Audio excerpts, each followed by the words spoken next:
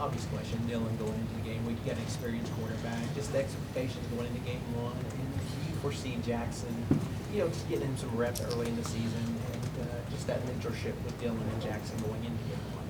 Yeah, part one of the question, obviously, feel great about Dylan. He's had a great camp. This is a guy that started 36 games, has had a ton of production. So looking for him to, be dominant and play really, really well at a championship level. Expect that. He expects that. And so excited for him to get on the grass Saturday morning. Then with Jackson, we'll continue to work through that. We want to try, every way imaginable to create growth when those opportunities come up. So as we work through that, we'll continue to evaluate and see where that lands. Ryan Aber? Yeah, Jeff, sticking with Dylan, I wanted to ask you about his demeanor and how that helps him going into this year, obviously, with the pressure that comes along with being an OU quarterback and, everything that he's been through since he's been here. Yeah, he's got great edge about him right now. Again, he's incredibly confident, and it's all about the preparation. That's what it's come from. He's worked incredibly hard. He's put in a ton of time. He's got incredible amount of respect in our locker room, with our staff, with his teammates. So, again, excited for him to have the opportunity to walk out there, Saturday morning, go play his butt off. Jenny? Jeff, I wanted to ask you kind of a bigger picture question. The idea of using NIL money for scholarships, basically, kind of talk me through how you guys have worked on that and where that's come from, what that can mean for you guys long term. Yeah, I think from that standpoint, that has the opportunity to create more depth in the roster, and that's something that I think everybody's looking at as they're going about their business. From a roster management standpoint, having 85 guys on scholarship, and then being able to create different ways. Those guys being able to use their platform, create NIL, and again, it just has the ability to create some real quality depth at some positions.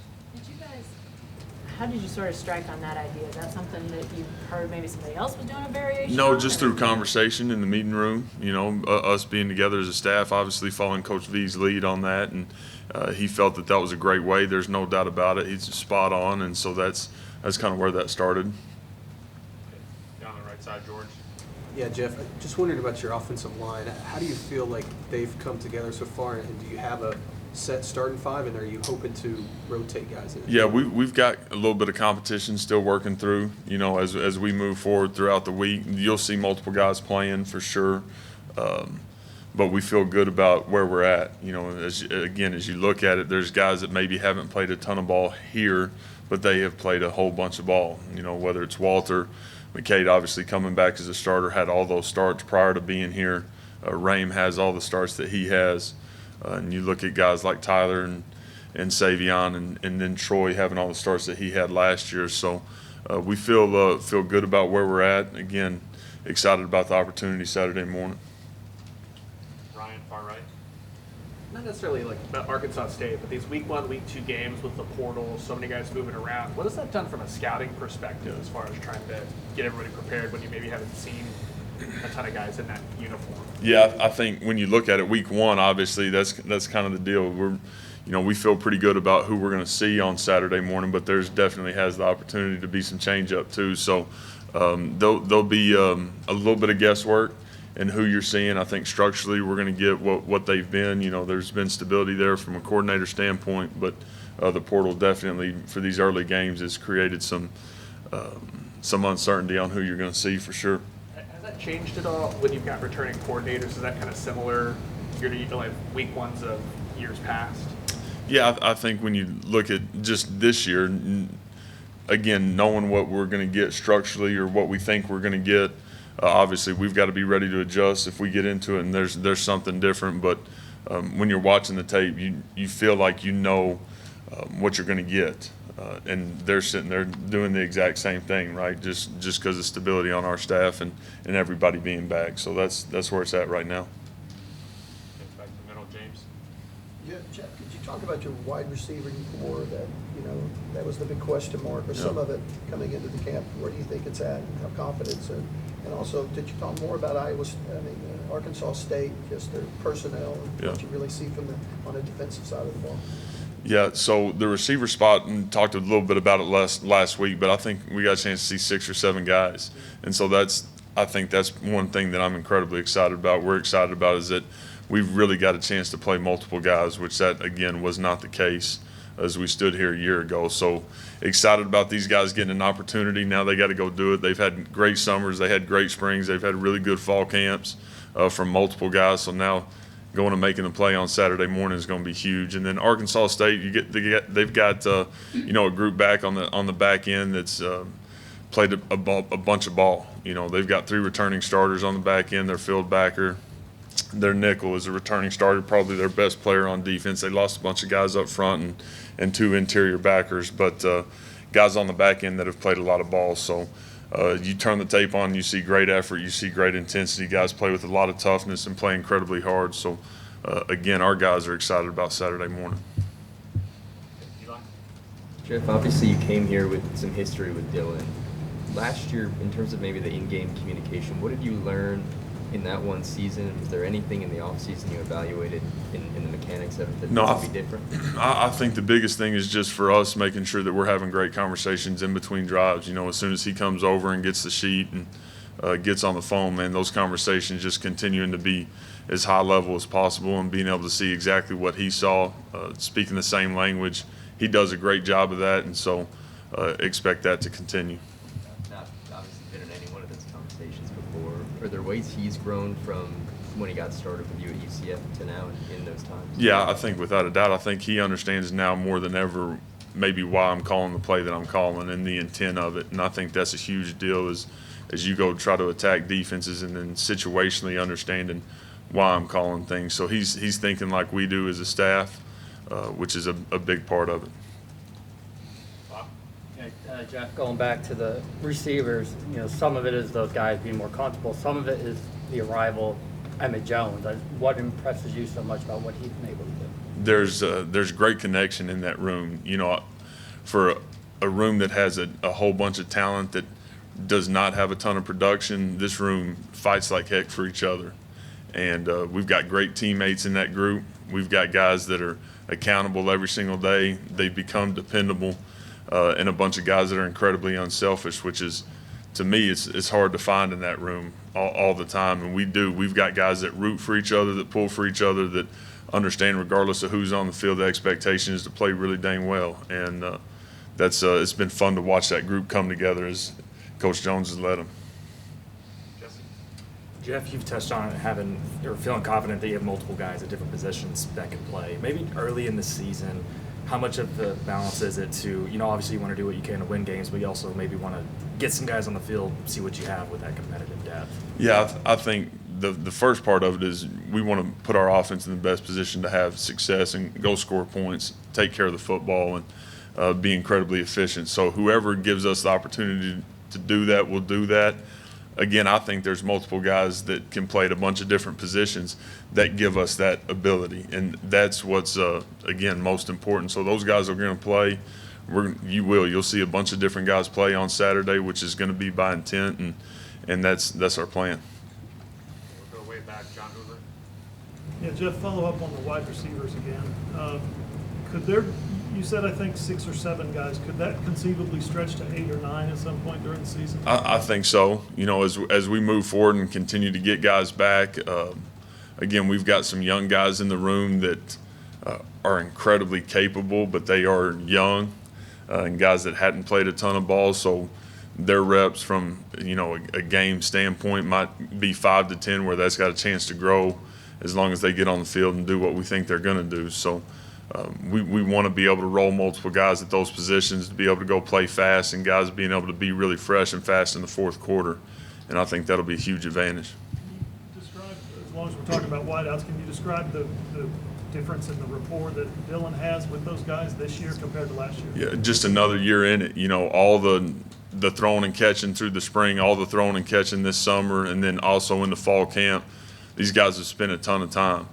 And I think with that it's been a huge part of why we've had success in fall camp, pitching and catching, and there's a ton of trust there. Okay, second or other side, Lewis? Hey Jeff, wanted to ask you about Savion Bird. Just what have you seen in terms of his maturity the past couple of years, and how big was that Florida State game? Yeah, with Savion, this is a young man that's got an incredible amount of ability and plays with a toughness and an edge and a demeanor about him that we need and we want. He has become accountable. He's become dependable. He's taken care of things outside of this building, which in turn has created consistency for him inside the building, and that's been huge. And that's something that we talked about last spring is if we can get the best version of Savion, man, we got a chance to have a special player, and we're doing that right now. He's doing that. Credit to him, and there's been a ton of maturity through the process. Right here, Garen. Jeff, staying with the O-line for a second, I know that what you want out of that group has to do with the here and now, establishing a presence, being physical this year. But given your experience at Ole Miss, I was going to ask you about the importance of laying something foundational for what you're getting into next year, and how what happens this year, especially at the line of scrimmage, will really help you guys out moving forward. Yeah, as probably as lame as it sounds, I'm concerned about Monday's practice, Tuesday's practice, playing really, really well Saturday morning. Bill's done an incredible job recruiting that room, and we've got really good depth in that room, and playing well at the line of scrimmage is something that we've been able to hang our hat on here for a long, long time, and especially with Bill. So feel good about where the young guys are. The focus, without a doubt, is playing our butt off on Saturday morning, but do feel like we signed a really good class last year, and we're in the heart of it right now. So it's good. Let's go back to the right, second row, Mason, and then Justin.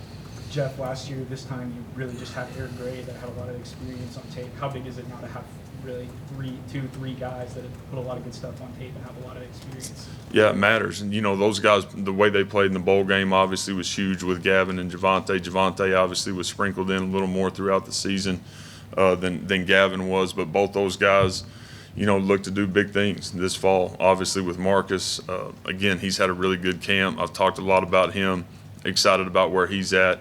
And then you'll see Tawee as well. Tawee's had an incredible camp, had a great spring. And this dude plays the game the way you want it to be played, with a ton of toughness, and excited for him. Justin? Jeff, you talked about last year's recruiting class. Can you talk about just the emphasis you guys placed on bringing in or retaining the in-state talent? Yeah, Coach V, day one when he got here, he talked about being inside out, and understanding what our footprint is, who we are, and making sure that we go get the best players from the state. So it's been a huge focus for us. I think you can probably tell that as we're moving forward, but feel great about guys loving Oklahoma, and those guys understanding what it means to be able to put that interlocking OU on. So we want to be inside out. That's Coach V's vision, his lead, and that's all of our, our vision. So that's something that's been important to us. Left side, third row, Randall. So you mentioned the running backs. How are you planning to split up the carries between those guys, and is that something that you guys are planning before the game, or that you guys plan as the game goes on? Yeah, you talk about target touches for sure, but as you get into the flow of the game, understanding who's got the hot hand, subbing when we need to sub when guys are tired and inside the flow of drives. So that's really, it's different week to week, series to series, and that'll play out a little differently every single week. Any more questions for Coach Lebby? Barry? Yeah, Jeff, you got more depth at quarterback. Does that mean Dylan will have a little more green light to run and scramble this year? Yeah, I think we'll try to do a great job of taking hits off of him, just like we always have. We talk about hits on the quarterback, not as much as anything else, really. So Dylan's going to play free. He's going to have the ability to go play free. There's going to be some things that we'll do differently for sure, but I like where he's at from just being able to run the football and do the things that we want him to do, throughout. Jenny?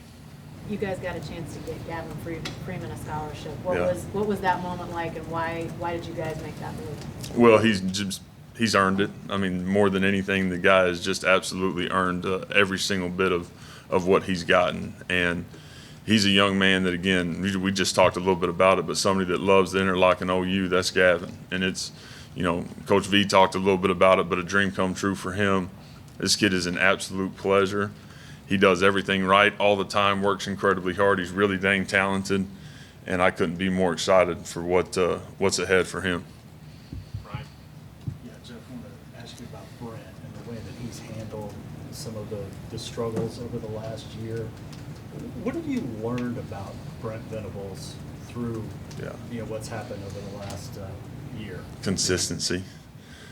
He is, he talks about it all the time, but he says if we don't, they won't. And that's, just setting the standard of how we operate every single day as a staff.